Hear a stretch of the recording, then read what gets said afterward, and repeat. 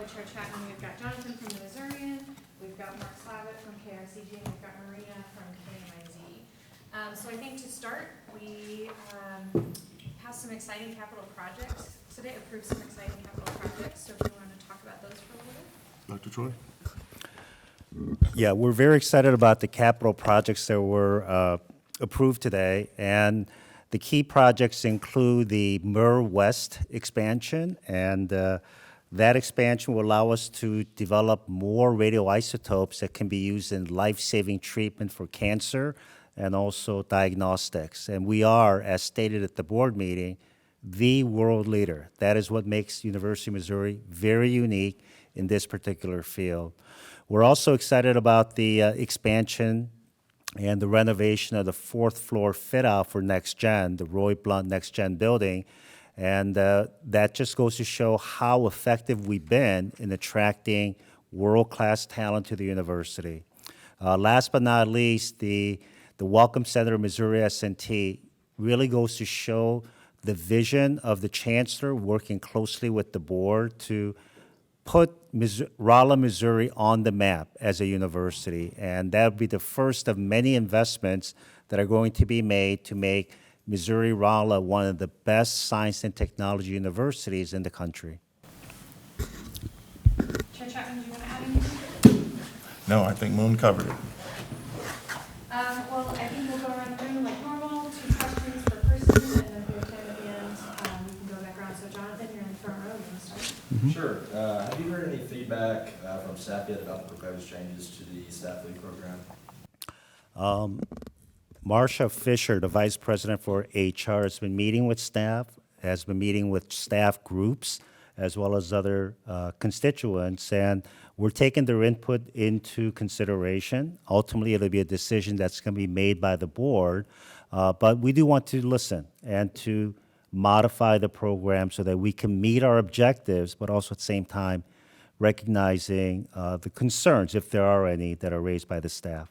Anything else? Just add that we'll be doing some additional, between now and September, educational sessions with staff as well as meeting with our constituents. Just one more about something else. So have you noticed any effects the nationwide labor shortage has had on the Mizzou Board initiative and hiring? We've had 1,100 names that have been submitted. We evaluated 300 applications, and we've already hired 20 Mizzou Forward candidates, and we expect to hire the balance of 10 for this year, and that was our goal. But we started this late in the cycle of faculty recruiting, which is November 1st, but we're pleased that we're almost completed in terms of our hiring for this year. And so, no, we're excited about this. Mark? Yeah, President Choi, the Danny Santulli case is still getting a lot of national attention. I wanted to ask you, you said that you were going to keep working on trying to prevent further hazing on campus. Where are we at with that right now, as far as efforts to prevent this from happening again? The efforts are going to continue. It's education, training, but also compliance. And as you may know, that fraternity did something that was egregious. And those who participated in that have been held accountable by the university. There are 13 students, and FERPA would not allow me to identify those students, but many of those students have been suspended or expelled.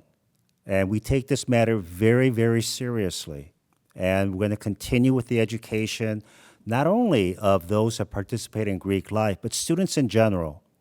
Drinking has become a problem at college campuses. So we're not unique in that space, but we have to do, all of us, a better job of training, educating, and also understanding that we're going to hold individuals accountable.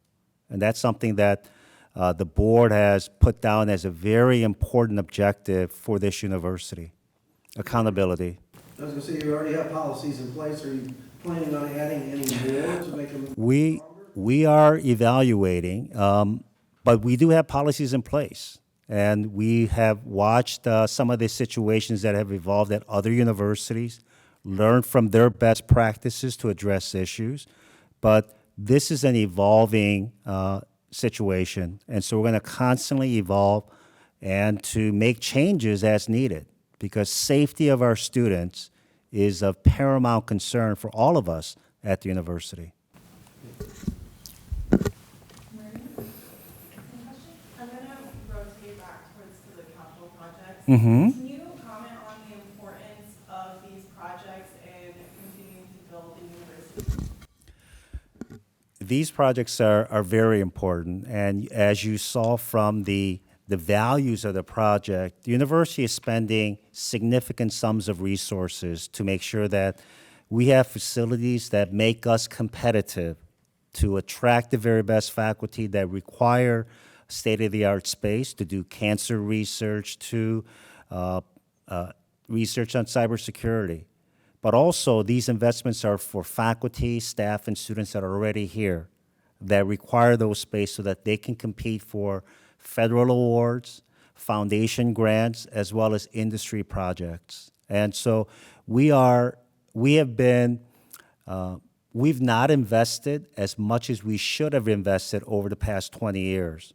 But as you've seen over the past 5 years, this board has made it a priority to provide our faculty, staff, and students so that they can compete at the national level the way we should, as 4 research universities, with this being the AAU university. And then to kind of rotate towards, I was at the medical side of the Curators. Yes? Mm-hmm. I was wondering if there's been any updates on the staffing shortage in regards Mm-hmm. to the nursing staff. I know you guys were down around 400. Yeah, I think they said around 250 nursing shortages, and that shortage is really nationwide. But we are looking at ways of increasing the number of nursing spots that can accommodate more nursing students at our university, but also at the same time providing those nursing students with the clinical rotations that they need to graduate. Now, that's a longer term option for us. But shorter term, we also have programs that allow students with bachelor's degrees in areas beyond nursing to gain entry into the nursing profession with a short training period, typically about a year to year and a half. And that's something that we're exploring as well. In addition to that, we have the program of having basically an in-house temp agency for nurses, where we don't have to pay as much as we do for outside temporary nurses, traveling nurses, and so that is also going on currently. Hi, did we have someone join by phone? Did someone just join by phone? Okay. Well, we can open it up if anybody has additional questions in here. No? All right. Thanks for all coming. Thanks, everyone. Thank you.